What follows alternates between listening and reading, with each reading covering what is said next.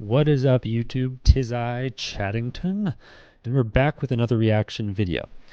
Now, my first cricket reaction video was controversial to say the least. I went in without knowing anything and tried to learn the rules just by watching the Australia versus India test match. It turns out cricket is way more complicated than I was expecting. If you haven't seen that video and you want a good laugh, or maybe a good cry, be sure to check that out. I'm actually really excited today to learn about the actual rules and how cricket is played.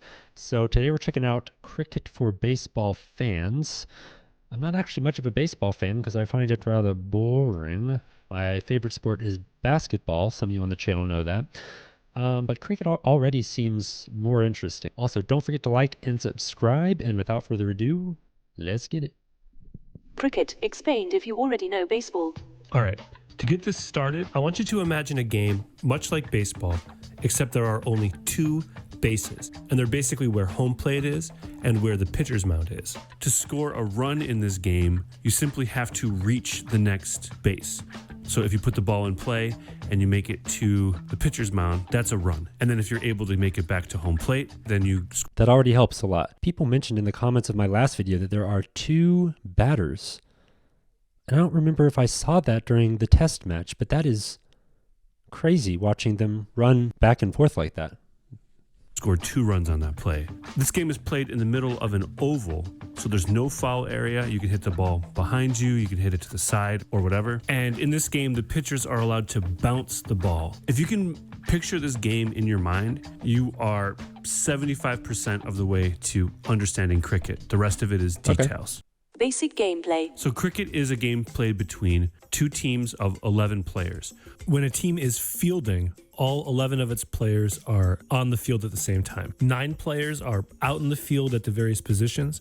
And then there's one bowler, who is basically the pitcher, and one wicketkeeper, who is basically the catcher. And then the team that is batting has 2 players at...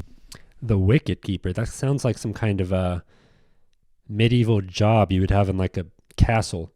I'm the king's wicketkeeper. Bat at any given time. These batters stand at opposite ends of the pitch, which is a narrow rectangle that's in the middle of the oval that is the cricket field. At the ends of the pitch are 2 wickets, which are these little structures that have 3 stumps and 2 bails. The stumps are the 3 pieces of wood that are in the ground, and the bails are these 2 little pieces of wood that rest on top of the stumps. A play begins when the bowler, which is basically the pitcher, bowls the ball to the batter. The bowler is ultimately trying to break the wicket, which would get the batter out, and more on that later. The batter is trying to protect the wicket and put the ball in play. If the ball is put in play and the batter and the teammate are able to switch places, so basically assume the other one's position, the team has scored a run. And if they can do that again, then they score 2, and if they do that again, they score 3, etc. There are no strikes in cricket. The batter can just choose not to swing if they don't want to. And there's no penalty for hitting a batter with a legally thrown ball. Batters are expected to protect the wicket and not... You gotta love that, man. That gives a lot of leeway to the bowlers. See, I'm learning. Let themselves get hit. In fact, as we'll see in a little bit, there are actually situations where a batter can be called out if they allow themselves to be hit with the ball. There is the equivalent of a ball in cricket. It's called a wide. And if the umpire has determined that the bowler has bowled the ball wide, 1 run is awarded to the batting team. There's also something in cricket called a no ball, which is when the umpire has determined that the ball has been delivered illegally. And there's a couple dozen different reasons why an umpire might call a no ball. If the umpire calls a no ball, just like a wide, 1 run is awarded to the batting team. In cricket, the batters stay on the field until they are out. So they continue to bat and score runs until they are put out. This means that just like in baseball, a batter can be out with 1 single swing of the bat, or they can stay at bat, I guess forever. Okay, now he's probably going to explain this eventually, but 2 batters. Now, are they both taking turns defending the wickets, or is the other batter just there to run across with the other batter who's actually hitting the ball and only one of them actually tries to hit the ball. Hopefully he'll explain that. But it's common for a batter to score between like 20 and 50 runs in an at-bat, and it's not unheard of for a batter to hit 100. This is called a century, and it's very fun. The boundary. Along the perimeter of the cricket field is the boundary. This can be a rope or a little cushion type thing, or it could be a short fence or a wall. When a ball is put in play and it reaches or goes past the boundary, that is called a boundary. A ball that rolls and hits or passes the boundary or bounces over the boundary like a ground rule double is worth 4 runs for the batting team. A ball that is hit over the boundary, so basically like a home run, is worth 6 runs for the batting team. Okay. 6 runs if it completely goes over, but if it hits it or bounces over, 4 runs. I'll try to remember. Outs. There are several ways that a batter or runner can get put out in cricket, and they boil down to 2 basic categories. A batter can be caught out, which is just like baseball. They hit a ball in the air and a fielder catches it. Or they can be out if the fielding team knocks the bails off the stumps of the wicket when you are in a position where that can put you out. There's a few different ways this could happen. You could be run out. This is where you are trying to score a run, but they knock the ball in. Whoa. That is awesome. I gotta watch that again. Where you are trying to score a run. Okay, cricket just got way cooler, man.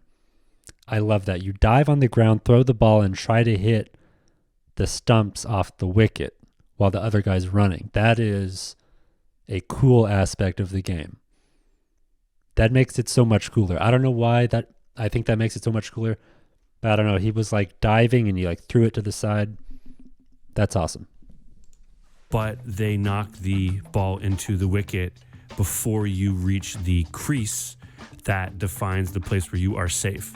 By the way, the bat is part of your body when determining whether or not you are safe. You can be bowled out, and these are very exciting.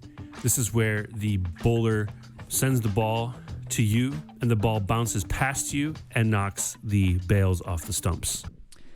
Stupid question, but what if he only hits one of the little wood thingies off?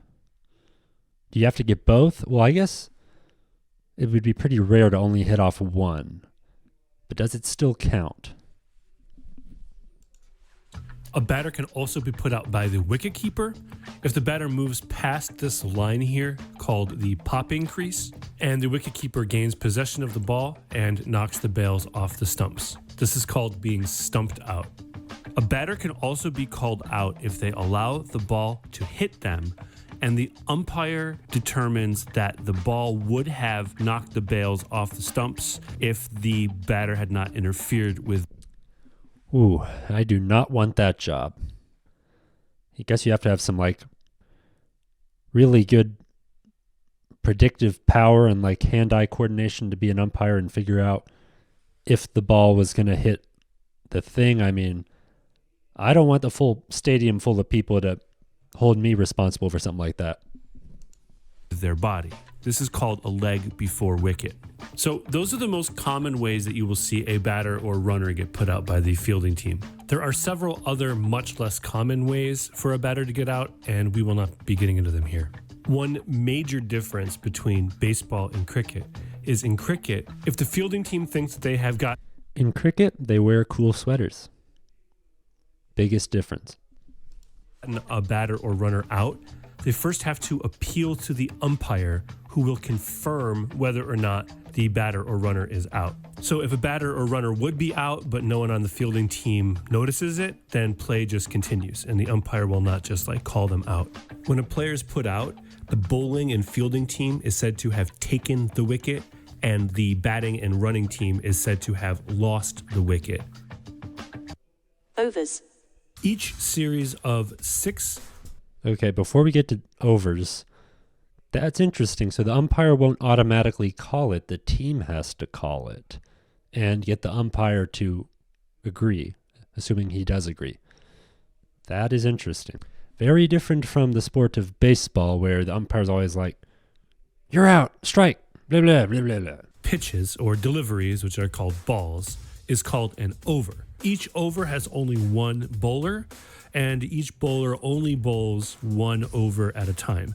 So after a bowler has delivered 6 balls, they take a position in the field, and another player comes in to be the bowler for the next over. A bowler can field for an over and then come back to bowl again, but a bowler may not bowl 2 consecutive overs. If you're comparing this all to baseball, overs are similar to individual at-bats in terms of the flow of the game, right? It's like one series of deliveries that everyone's watching, and then there's a brief pause while a new player comes on, and then there's a next set of deliveries that everyone's watching. The difference, of course, is that it's the bowlers, the pitchers that are coming in and out, and not the batters. Formats. Beyond Okay, there is a particular type of cricket highlight that I want to see happen. It's when like a guy throws the ball like a sniper from really far away and knocks the and hits the wickets while the other guy's trying to run. I really want to see highlights like that. Beyond everything that has been explained so far, the majority of the details of the game that you watch will depend on the format of cricket that you're watching. There are 2 basic formats of the game of cricket. There's first class cricket and there's limited overs cricket. First class cricket, I'm assuming first class is for the rich people because first class is expensive. is what a lot of people think of when they think of cricket. We're talking about the games that go on for several days. Everyone is wearing white. Maybe the Queen shows up. And first class Was I right or was I right? cricket is most associated with the 5-day-long test matches that international teams play against one another. They're scheduled for 5 days, but they might be completed before that. At the beginning of the first day, there is a coin toss to determine which team goes first. And then the sides alternate going through their entire batting order. This happens twice. So each team goes through its batting order twice for a total of 4 innings. Unless the team that goes second scores more runs than the team that went first, in which case they don't have to actually finish their entire innings. They just win the game. That was very simplified. The rules governing test matches could be their own 15-minute video. The other format of cricket is limited overs cricket. Glad I started with a test match. The other format of cricket is limited overs cricket, where each team is limited to a certain number of overs, and each innings comes to an end when the specified number of overs has been reached or when all of the batters are out, whichever comes first. There are several types of limited overs cricket, but there are 2 that you are most likely to see. The first of these are the one-day internationals, or ODI. These are played between national teams, and each team has 50 overs. And then there's also T20 cricket, which is 2020 cricket, where both teams get only 20 overs. This style of cricket was invented to be more exciting and more fast-paced, and to put the length of an individual match around the same as other common sporting events around the world. An easy way to know whether you're watching a test match or a limited overs match is whether the teams are wearing white or colors. And if you are watching a professional match, you're almost definitely watching a T20 match. Scorekeeping. Good to know. All right, pay attention, because this is maybe the most confusing part of all of this. Oh boy, here we go. Most confusing part. Turning on my smart brain. Okay, here we go. Scorekeeping. So at the bottom of the screen, you'll see it says India, and then it says 118 for 5. This does not mean that the score is 118 runs to 5 runs. No, this means that India has scored 118 runs for 5 wickets, which means that 5 of their batters have been put out. Then it says first innings. So this is the first innings of this match. Then it says England 287. So that's how many runs England scored in their innings. And since this is a test match, both teams will play 2 innings. Then you've got information about the 2 batsmen that are currently up and how many runs they've scored so far. Then at the end, it says Broad 0 for 24. This means that Broad, the bowler, has taken 0 wickets so far, and has allowed 24 runs. And then the 15 o'clock over there, that's just the time of the day. It's 3. Now, 0 for 24, allowed 24 runs, gotten 0 wickets. Is that good or bad? I feel like he should have gotten at least 1 wicket after bowling it 24 times. Or maybe it's harder than I think, probably. Now, for a limited overs match, there's a little bit more information that you need to know. So here you go. Down at the bottom, it says England. This is another game between England and India. It's a women's game. So it says England 103 for 4. So that means that they've scored 103 runs for 4 wickets. P2, don't worry about what that means yet. Then it says 24.3 of 50. That means that we are 24 overs and 3 deliveries into this innings. And then the 50 means that this innings will have at most 50 overs, right? Because this is a one-day international. Then it says target 222. This means that India went first and scored 222 runs. So that's how many runs England has to score to win. And from there, it's pretty much the same as the test match we just saw. Just be careful, because if you're watching an Australian broadcast, the scores are reversed. And the wickets are first and the runs are second. So on this one, it says Ren, that's the Renegades, that's one of the teams, 5 for 135. So it's 5 wickets for 135 runs. So just be careful, it might be confusing. Some final similarities and differences. All right, that's basically it. I thought that we would end this video with a few more similarities and differences between baseball and cricket. One major difference is that in cricket, if a ball is in play, the runners are not compelled to move, right? You only run if you think you can make a run. One similarity is that every cricket ground has different dimensions and a different shape. And much like in baseball, this means that certain cricket grounds are more favorable or less favorable to different play styles. That's cool, man. It's kind of like Formula One. Every track is a little different. Well, more than a little different. That's cool. Another difference is that in cricket, the positions refer to places on the field and not necessarily the individual fielders. So if baseball had a similar thing, like you would not be the shortstop for your team. You would just be a fielder who would be playing shortstop position. And then if your team was in a shift or whatever, maybe you would be said that you were in the second base position. Or maybe for one batter, you would be in the shallow mid outfield position, right? Another similarity is that in cricket, players' on-field and off-the-field behavior is governed by an old-fashioned sense of propriety that's not unlike the unwritten rules in baseball. And the final... Let me see that again. How far back do you get to start before you bowl it? He said, man, he's way back there. I mean, how much of a head start do you get when you run up and then throw it? I mean, look at this guy. Not unlike the unwritten rules in baseball. That's a lot of momentum he's got on his side. And the final difference that's probably become clear to you as you watch this video is that cricket is a much more international game than baseball. International competitions, so competitions between national teams, are the norm. They're not like a special thing that everyone tunes into every 4 years. Professional cricket is a relatively new phenomenon in the world. And while leagues are becoming much more popular these days, it wasn't very long ago that professional cricket was looked upon as diluting the purity of the game. All right, baseball fan, you have just become a cricket master and you are ready to watch any cricket game that comes across your television. I don't know about that. If you are All right, shout out to Sports Explained. Link to his channel in the description below. That was a great video.